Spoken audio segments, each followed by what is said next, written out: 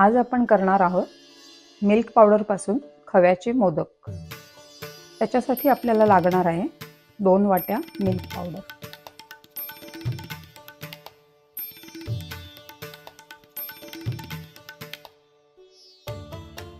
त्याच्यासाठी लागणार आहे आपल्याला अर्धी वाटी साखर,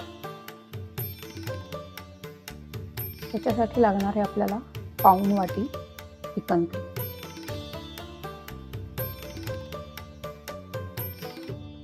आणि पाव वाटी दूध। सगळ्यात महत्त्वाचं म्हणजे हे मोदक आपण गॅस न पेटवता करणार आहोत। हे आपण करणार आहोत मायक्रोवेव्ह मध्ये।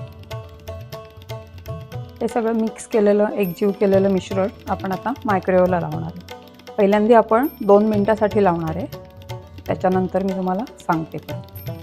आपण हे जे मायक्रोवेव्ह मध्ये सारण सगळं तयार केलं होतं त्याचा हा असा गोळा तयार झाला आहे। मी पहिले लावलं 2 मिनिटं, असं 2-2 मिनिटं करून 3 वेळा लावलं, म्हणजे एकूण झाले 6 मिनिटं। आणि नंतर 6 मिनिटं मी 1-1 मिनिट लावून कंटिन्यू बाहेर काढत होते आणि ढवळून परत लावत होते।